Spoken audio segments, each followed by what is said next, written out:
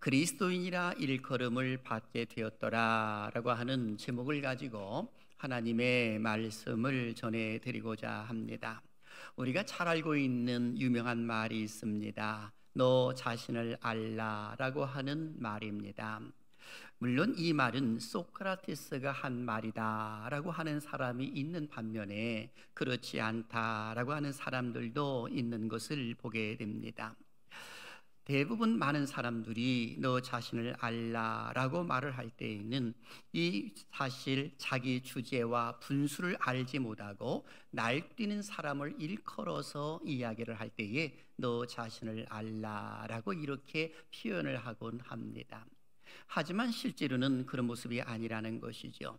그리스의 지리학자 파우스니아스는 이 말이 델포이의 아폴로 신전 입구에 새겨져 있었다라고 전해줍니다. 그러다 보니까 이 말의 참된 의미는 신 앞에서 너 자신이 얼마나 소중한 존재인가를 알아라 라고 하는 그런 이야기라는 것입니다.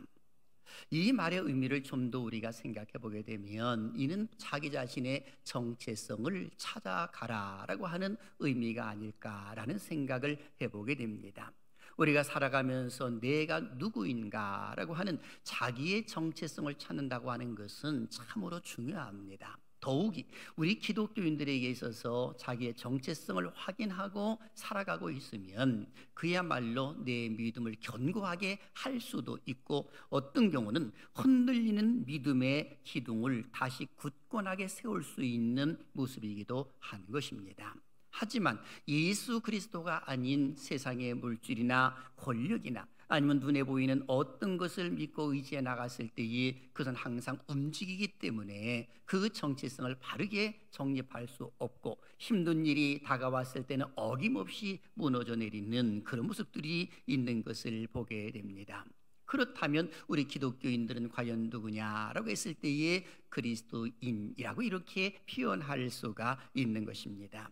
그런데 오늘 본 말씀도 보게 되면 이 안디옥 교회에서 바나바와 바울이 성도들을 가르쳤고 비로소 그 제자들이 그리스도인이라고 일컬음을 받았다라고 성경은 기록을 해놓고 있습니다.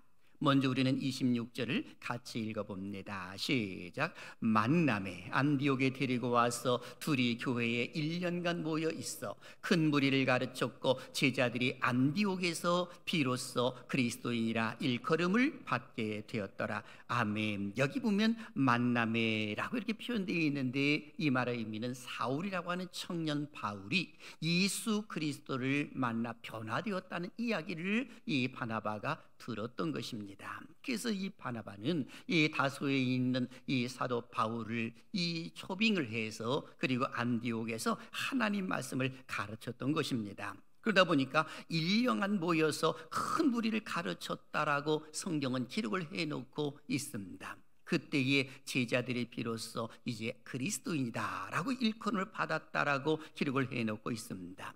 여기 그리스도인이란 명칭이 안디옥에서 생겨났음을 보여주고 있고 신약 성경에서는 처음 등장하는 것임을 알려주고 있습니다. 여기 그리스도인에 해당되는 원어를 보게 되면 복수형으로 되어 있는 것을 보게 됩니다. 그런 거로 그리스도에게 속한 자들 또는 그리스도의 종들, 즉 그리스도의 온전한 추종자들이라고 하는 의미를 가지고 있습니다. 그리고 여기 제자들이란 형제들 또는 구원받는 사람들, 주의 도를 쫓는 사람들을 일컬어서 말할 때의 제자들이라고 이렇게 표현을 해놓고 있는 겁니다.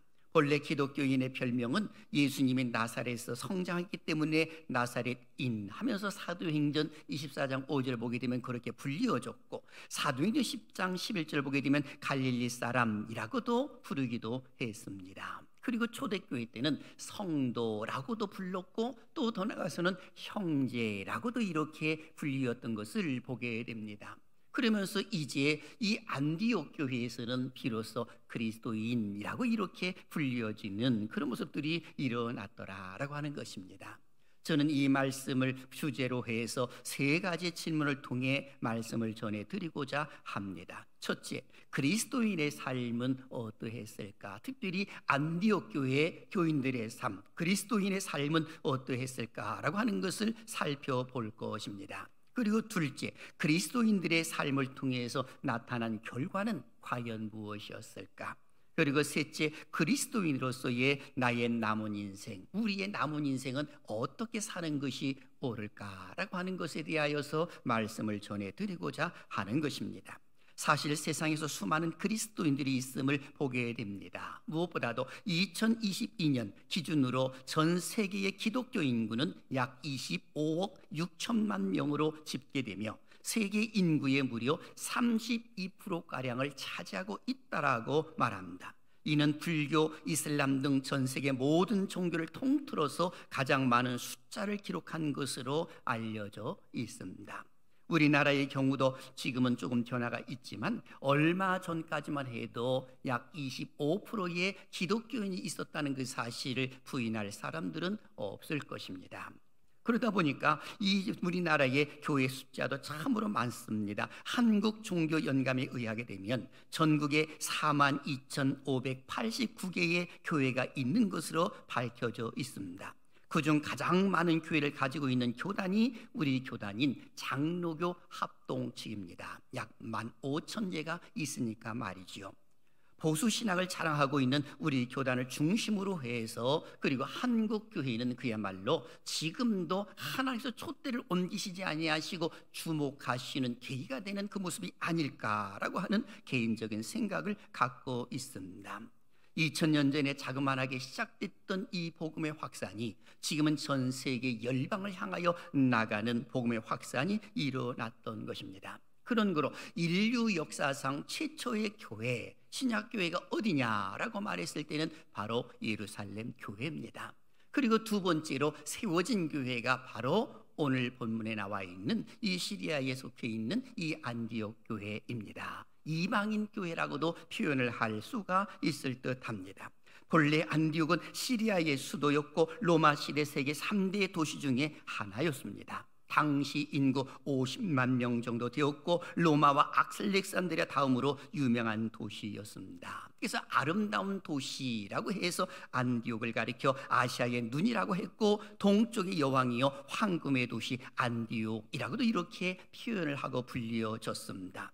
무역과 산업과 문화가 교차되어 있는 유명한 도시이죠. 그런데 이곳에 세계 선교를 감당하는 안디옥 교회가 형성되었더라라고 하는 것입니다. 바로 지금 지진이 나 있는 바로 그 지역일 수도 있는 겁니다. 안디옥 교회가 세워진 배경에 대해서는 오늘 본문 19절서부터 20절의 기록에 보면 초대교회 때에 성도들을 향한 핍박이 시작이 되었습니다. 그러다가 스데반이 순교를 당하게 되고 그 핍박과 환난이 멈춰지지 아니하고 예루살렘 기독교인들에게 확산됨으로 인하여서 그들은 한 자리에 머물러 있지 아니하고 세계 각처로 흩어지기 시작을 했던 것입니다. 그 가운데 안디옥까지 와가지고 그들이 그곳에서 복음을 전하는 것입니다. 예수는 그리스도다라고 복음을 전함으로 인하여서 그리고 교회가 형성된 것이 바로 오늘 본문 속에 나와 있는 안디옥 교회라고 표현할 수가 있는 것입니다. 놀랍게도 이와 같은 소문이 퍼지기 시작을 합니다. 그들만의 신앙이 아닌 이 소문이 안디옥에서 예루살렘까지의 거리는 상당히 먼 거리임에도 불구하고 그곳까지 소문이 들려지기 시작을 합니다. 예루살렘 교회에서는 이걸 어떻게 할까라고 해서 예루살렘 교회의 중추적인 역할을 감당해낼 수 있는 바로 바나바를 선택을 해서 안디옥 교회에 파송하는 그런 모습들이 일어났던 것이죠. 그래서 오늘 본문 22절은 이렇게 기록을 합니다. 예루살렘 교회가 이 사람들의 소문을 듣고 바나바를 안디옥까지 보내니 라고 성경은 기록되어 있습니다. 그렇다면 왜 바나바를 이 안디옥까지 보냈을까요? 그들을 그야말로 혼내려고 보냈을까요? 핍박을 하려고 보냈을까요? 결코 그것이 아닙니다. 예루살렘 교회는 안디옥 교회를 보살피기 위해서 이 바나바라고 하는 사람을 파송하는 그런 모습들이 일어났더라라고 하는 것입니다. 저는 예루살렘 교회가 소문이 난 교회인 것처럼 특별히 안디옥 교회가 소문난 교회인 것처럼 우리 상계 제일교회도 소문이 잘 나는 그런 교회로 성장하는 은혜가 있기를 주님의 이름으로 축원합니다. 자, 그렇다면 그리스도인의 삶, 안디옥 교회의 교인들의 삶, 예루살렘에서 파송되었던 사람이라든지 아니면 흩어진 유대인들이 과연 어떻게 복음을 전했는가라고 하는 그 모습 속에서의 그들의 삶은 어떠했을까? 오늘 본문을 보니 세 가지를 기록을 하고 있습니다. 그 첫째는 복음을 전하는 삶을 살았음을 알려줍니다. 먼저 19절에는 이렇게 기록을 합니다. 읽어볼까요? 시작. 그때에 스데반의 일로 일어난 환란으로 말미암아 흩어진 자들이 베니게와 구브로와 안디옥까지 이르러 유대인에게만 말씀을 전하는데, 아멘. 여기 보면 이 그때에라는 표현을 해주고 있습니다. 스데반의 일로 일어난 환란, 이렇게 표현했거든요. 핍박으로 인하여 스데반이 순교를 당한 거지요. 이들이 흩어졌습니다. 그들은 생각하기를 대개 유대인만이 구원을 받을 것이다 라고 해서 이 할례를 받은 유대인들, 이방인들은 생각하지 않은 겁니다. 이들의 생각은 아직도 그야말로 작은 우물 안의 개구리처럼 자기들만의 구원으로 생각을 한 겁니다. 그러니 구원은 할례받은 유대인만의 전유물이다 라고 생각을 해서 이방인들에게는 복음을 전하지를 않았던 것입니다. 그런데 그 중에 몇 사람이 이방인에게 복음을 전했습니다. 20절을 보십시오. 그 중에 구브로와 구레네 몇 사람이 안디옥에 이르러 헬라인에게도 말하여 주 예수를 전파하니, 여기 헬라인이라고 말하는 것은 이방인들에게 복음을 전했다라고 말하고 있는 겁니다. 흩어진 성도들 가운데서 구브로와 이 구레네 몇 사람이 헬라인에게도 복음을 증거한 것입니다. 이것은 그 누구도 상상할 수가 없는 당시의 모습이거든요. 그런데 그들에게 복음을 전했을 때에 어떤 모습이 일어나느냐? 그들이 이제는 기독교인이 되기 시작을 하는 것입니다. 예수님을 믿기 시작을 하고, 그리고 안디옥 교회가 형성이 되는 그런 모습들이 일어났던 것입니다. 복음을 잘 전하는 삶이 바로 안디옥 교회의 모습이 있었고, 두 번째는 가르침을 잘 받는 삶이었습니다. 예루살렘 교회에서 바나바를 파송했을 때에 이제는 담임 목사로 가 있는 것 아니겠습니까? 가서 보니까 그 교인들이 너무나도 은혜를 많이 받고 있는 것을 보게 됩니다. 그리고 그들을 향하여 권면을 하지요. 오늘 본문 23절은 이렇게 기록을 합니다. 그가 이르러 하나님의 은혜를 보고 기뻐하여 모든 사람에게 굳건한 마음으로 주와 함께 머물러 있으라 권하니 라고 성경은 기록을 해놓고 있습니다. 예루살렘 교회에서 파송을 받은 바나바는 안디옥에 도착을 해서 그곳에 회심한 이방인 기독교인들을 본 겁니다. 그런데 하나님의 은혜가 강하게 임하고 있는 것을 바라보면서 너무 기쁘고 감사해서 굳건한 마음으로 주와 함께 머물러 있으라 하면서 권했다라고 표현해주고 있습니다. 여기에 권면하다라고 하는 말씀은 미완료 과거 시제이거든요. 바나바의 이 권고가 한 번으로 끝난 것이 아니라 두 번, 세 번 계속해서 권했다는 표현이 바로 여기 나와 있는 원어적인 표현인 것입니다.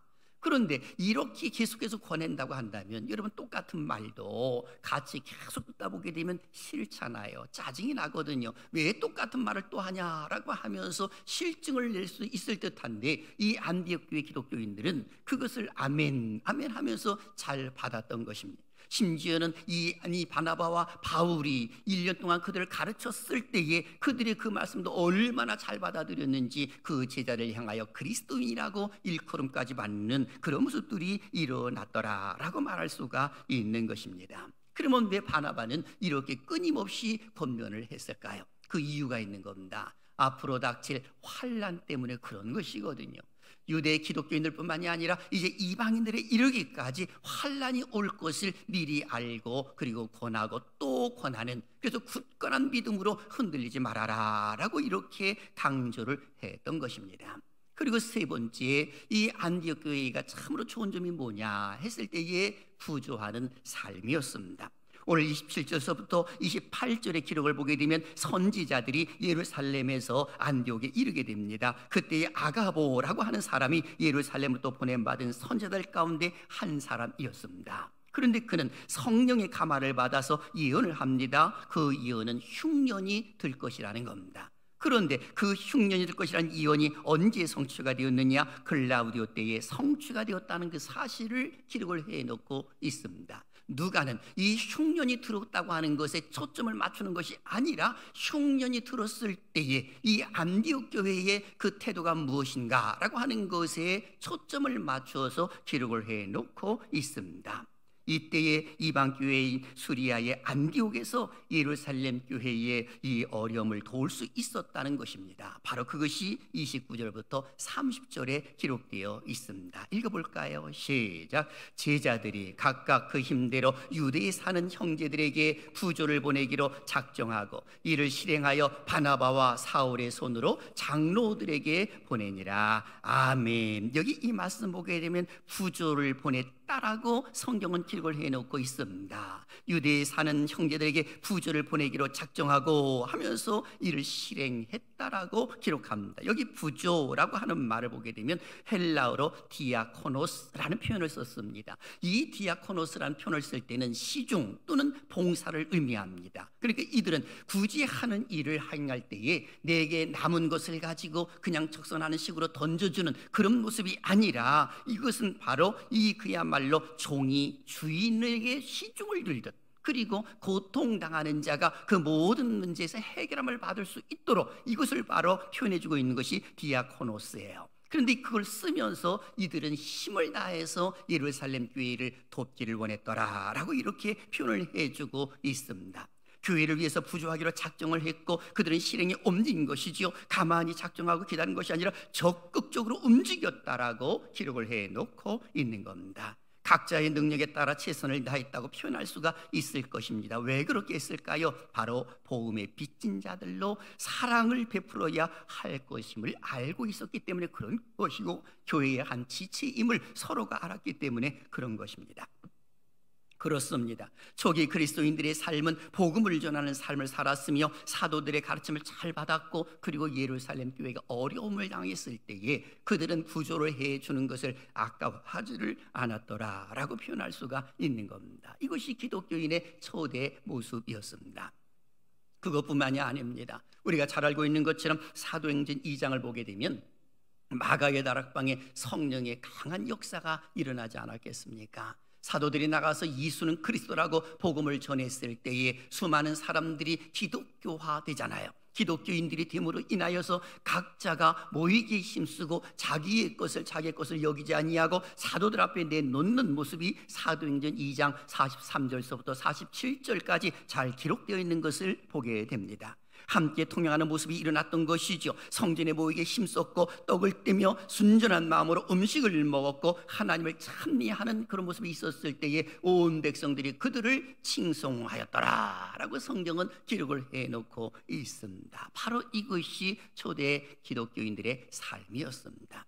저는 우리 상계제일교회도 초대교회를 본받는 교회로 성장하는 은혜가 있기를 주님의 이름으로 축원합니다. 그렇다면 이 안디옥 교회의 이와 같은 헌신과 그리고 그들의 삶을 통해서 하나님은 어떤 결과를 가져오도록 이끄셨을까라고 하는 겁니다. 분명한 사실은 하나님은 거저가 없다는 겁니다. 공의로우신 하나님인 것을 알려주고 있지요. 그래서 오늘 본문 21절은 이렇게 기록을 합니다. 같이 읽습니다. 시작. 주의 손이 그들과 함께 하심에 수많은 사람들이 믿고 주께 돌아오더라. 아멘. 여기 보니까 주의 손이 그들과 함께 하심에, 복음을 전하는 것은 흩어진 유대인들이었습니다. 그들이 자기 기독교인들이 되기 위해서 유대인들에게만 전했던 사람들도 있고, 어떤 사람은 이방인들에게도 복음을 전했는데 어떤 모습이었습니까? 그들과 함께 하심에, 무엇이? 주의 손이 이방인들과 함께 하셨다는 겁니다. 주의 손이 이방인들과 함께 하시니까 그들이 전부 교회 안으로 들어오면서 예수 그리스도를 믿기 시작을 했다는 것입니다. 실제로 이 유대인들은 이방인들을 지옥에 뗄감 정도로 생각을 했던 것입니다. 더욱이 하나님을 신실하게 믿는다고 하는 유대인조차도 복음을 받아들이지를 않았는데, 이들이 복음을 전함으로 인하여서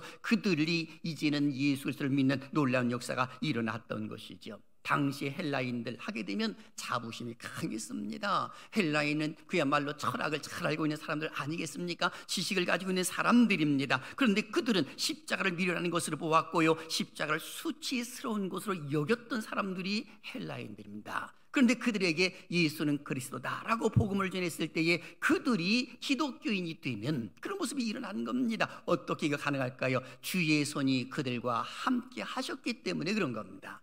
하나님께서 오늘 우리 교회와 함께 하시는 줄로 믿습니다. 노원구 구민들과 함께 하실 줄로 믿습니다. 이 나라의 민족과 함께 하실 줄로 믿습니다. 그 하나님은 살아계신 하나님이에요. 그러니 오늘 우리가 하나님의 일을 기울이 한 것은 옳지 못한 겁니다. 왜요? 하나님께서는 상을 주시거든요. 기억나십니까? 요한계시록 22장 12절에 있는 말씀 말입니다. 읽어볼까요? 시작. 보라, 내가 속히 오리니 내가 줄 상이 내게 있어 각 사람에게 그가 행한 대로 갚아 주리라. 아멘. 여기 보니까 내게 줄 상이 있다라고 말씀하시면서 각 사람의 행한 대로 갚아 주실 것임을 알려주고 있습니다. 사랑하시는 여러분, 안디옥 교회의 교인들이 최초로 그리스도인이라 일컬음 받은 것을 보고 무엇을 생각하십니까? 나의 신앙도 한번 점검해보고 싶은 생각은 안 드십니까? 과연 나 자신은 어떤 걸 한번 생각해 보십시오. 복음을 전하는 삶을 살아가고 있는가? 그리고 목회자의 가르침을 잘 받고 있는가? 그리고 어려움을 당한 사람들이 있는데 그들을 외면하고 있지는 않는지 우리 자신들을 스스로 한번 생각해 볼 필요성이 있습니다. 물론 삶이 힘들고 어려움이 있음으로 인하여서 어떻게 이렇게 삽니까? 라고 말할 수도 있겠습니다. 그렇다면 그 문제가 해결된다라고 생각을 하십니까? 그 문제의 해결점은 성경 속에서 해답을 제시해 놓았습니다. 바로 그것은 하나님의 나라와 그 의를 먼저 구하는 것이거든요. 기억나시죠? 마태복음 6장 33절에 그런즉 너희는 먼저 그의 나라와 그의 의를 구하라. 그리하면 이 모든 것을 너희에게 더하시리라. 다시 말하면 하나님 나라를 먼저 구해보라는 것입니다. 어떤 문제가 있을 때에 그 문제에 얽매이지 말고 그 문제 거기에 소용돌이에 빨려들지 말고 하나님의 나라를 먼저 구해봐라 라고 이렇게 말해주고 있는 것입니다. 왜 그럴까요? 그러면 하나님이 기억하심으로 인하여 이 모든 것을 토해 주신다라고 약속의 말씀을 주셨기 때문에 그런 겁니다. 성경에 이해가 있습니다. 여러분 사도행전 10장을 보게 되면 고넬료의 가정을 우리 한번 생각해 보십시오. 고넬료는 이방인입니다. 백부장입니다. 그러니 그는 하나님을 섬기는 성전에 갈 수도 없는 사람입니다.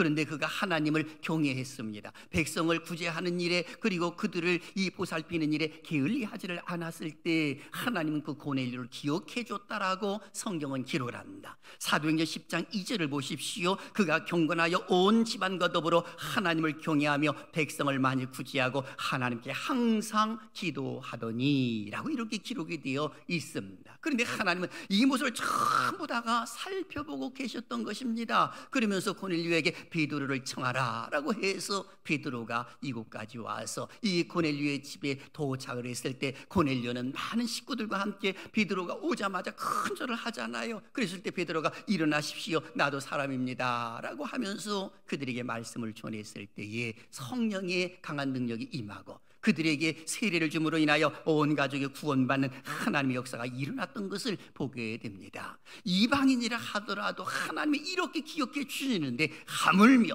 예수 그리스도를 지금 믿고 영접하고 하나님을 섬기고 있는 그 택한 백성들을 외면하신다고요? 전혀 그렇지를 않습니다. 이런 관점에서 보게 되면 우리 가족 가운데서도 나는 예수 그리스도를 믿는데 나 남편과 내 아내와 우리의 자식들이나 우리 어버이들이 아직도 예수를 믿지 아니함에도 불구하고 내가 교회 다니는 것을 바라보면서 그리고 옆에서 인정해 준다고 한다면 이 고넬료를 기억해 주신 것처럼 우리 하나님께서는 때가 되매 예수 그리스도를 믿도록 이끌어 주실 줄로 믿습니다. 그러니 우리는 참고 인내하면서 그 정체성을 확인하고 나가는 것이 무엇보다도 옳은 것입니다. 그런 거로 이제 우리의 인생, 남은 인생 어떻게 살아야 할까라고 하는 것입니다. 두 가지의 질문을 저는 여러분들에게 드리고 싶습니다. 첫째, 나는 어떤 사람인가? 라고 하는 것을 점검해 보시기를 바랍니다. 오늘 성경 속에 바나바라고 하는 사람의 인물을 자세하게 기록을 해놓았습니다. 24절입니다. 같이 읽습니다. 시작.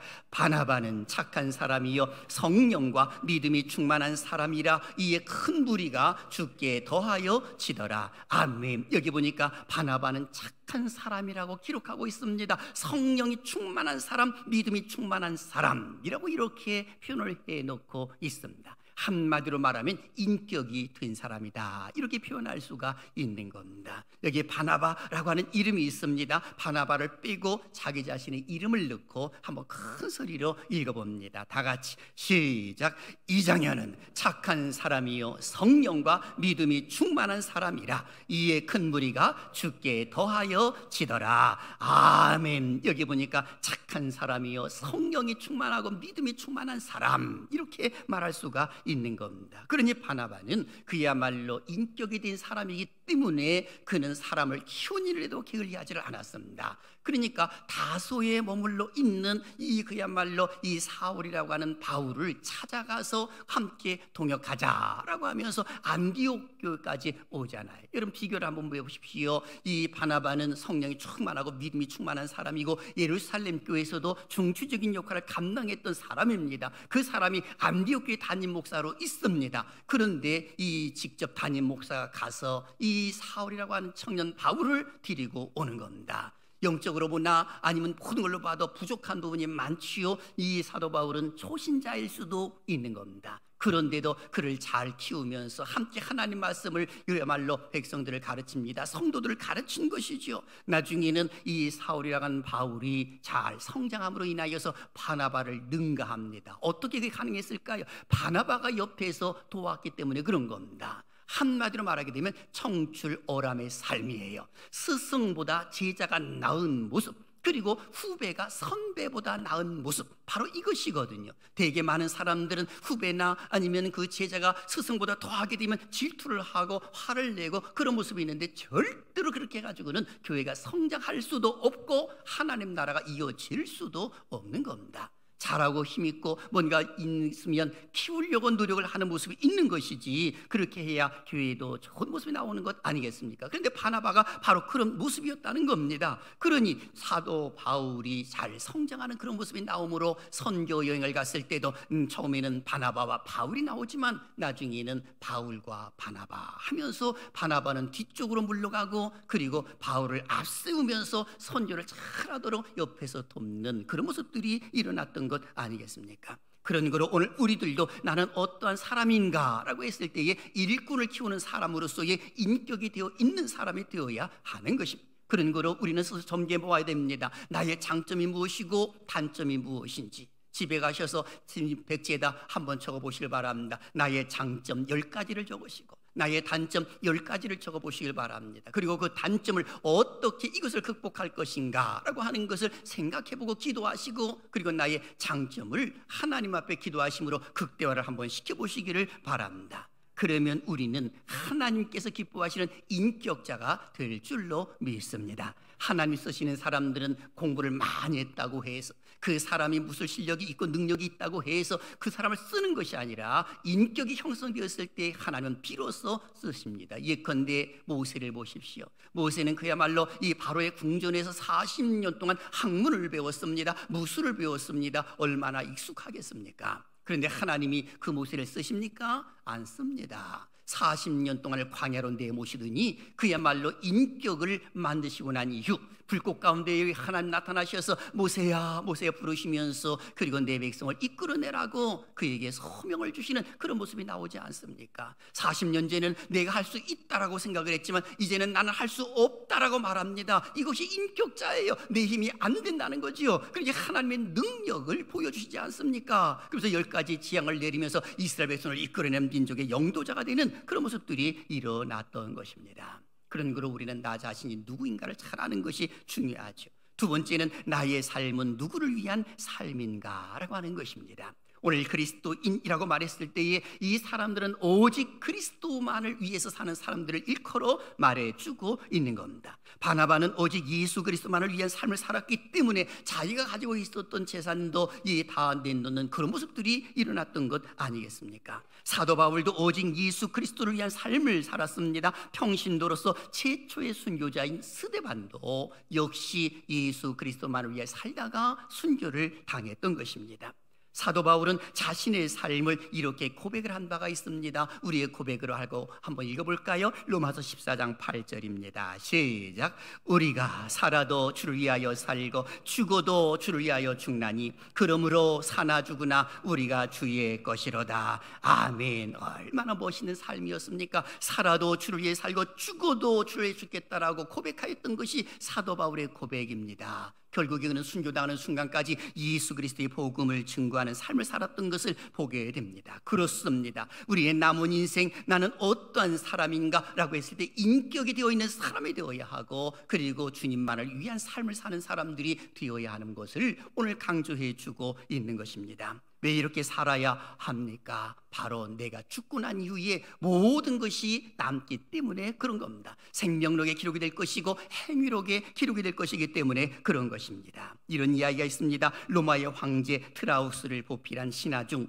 한 사람인 시밀리스의 묘비에는 나는 이 땅 위에서 76년을 머물고 7년을 살았다라는 글이 새겨져 있다고 합니다. 이 글의 뜻은 이 세상에서 76년을 살았지만 온전히 자신을 위한 산 것은 겨우 7년에 불과하다는 한탄의 글이 될 수가 있고, 다른 한편으로는 어쩌면 자기 자신을 위해서 7년을 살 수 있어 행복했다라고 하는 이야기의 그 양면성을 가지고 있다고 보는 것입니다. 그렇다면 나가 죽고 난 후에 내 묘비에는 과연 어떻게 기록이 될 것인가? 우리는 스스로 생각해 볼 필요성이 있습니다. 그렇습니다. 우리가 살다 보면 힘들고 어려운 일들도 있습니다. 주님을 위해서 살려고 하는데 이 환난 당하고 어려움 당할 수도 있는 것이죠. 그럴 때에 우리는 더욱더 주님 앞에 엎드릴 필요성이 있는 겁니다. 왜 그렇습니까? 하나님은 살아계시고 모든 것들을 보고 계시기 때문에 그런 것입니다.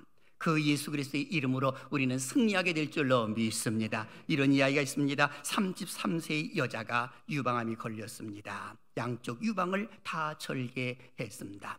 항암 치료를 받습니다. 그런데 구토증이 일어나고 얼굴과 피부는 엉망진창이 되어버리고 맙니다. 그러니 삶의 의욕도 잃어버리는 거죠. 어느 날 교회에 가서 하나님께 기도합니다. 그리고 하나님, 왜 내게 이런 고통이 임합니까? 하면서 하나님을 향하여 탄식 기도를 하기 시작을 합니다. 울며 불며 기도한 것이죠. 그런데 목사님이 다가와서 어깨를 톡톡 두들깁니다. 그때 그 성도님이 목사님을 향하여 외칩니다. 하소연을 하는 것이죠. 왜 내게 이런 고통이 임합니까? 나는 믿음도 사라졌습니다. 하나님이 살아계시다면 왜 내게 이런 고통이 옵니까? 라고 하면서, 그리고 믿음도 나는 더 이상 살 가치도 없습니다 라고 말합니다. 그때 목사님은 말하지요. 그렇지 않습니다. 하나님은 살아계십니다. 여기 계십니다. 믿음을 갖고 하나님을 의지하세요. 그러면 기적도 일어날 수 있답니다 라고 하면서 이야기를 하고 기도를 해줍니다. 그랬더니 그때부터 이분에게 소망이 생기기 시작을 합니다. 하나님이 살아계시지 내가 왜 이렇게 힘없이 죽으려고만 생각을 했는가? 그러면서 소망을 갖기 시작을 하더니 서서히 암이 누그러지기 시작을 합니다. 시간이 지남에 따라서 깨끗하게 치료함을 받습니다.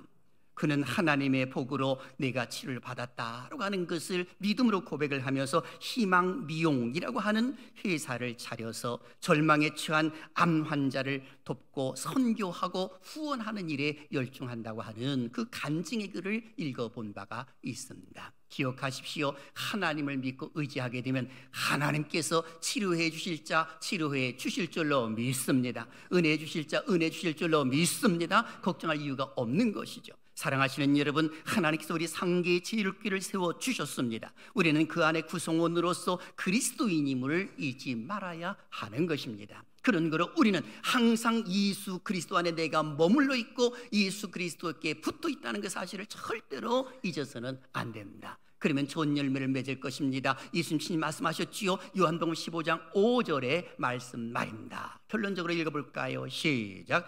나는 포도나무요 너희는 가지라. 그가 내 안에 내가 그 안에 거하면 사람이 열매를 많이 맺나니 나를 떠나서는 너희가 아무것도 할 수 없습니다. 아멘.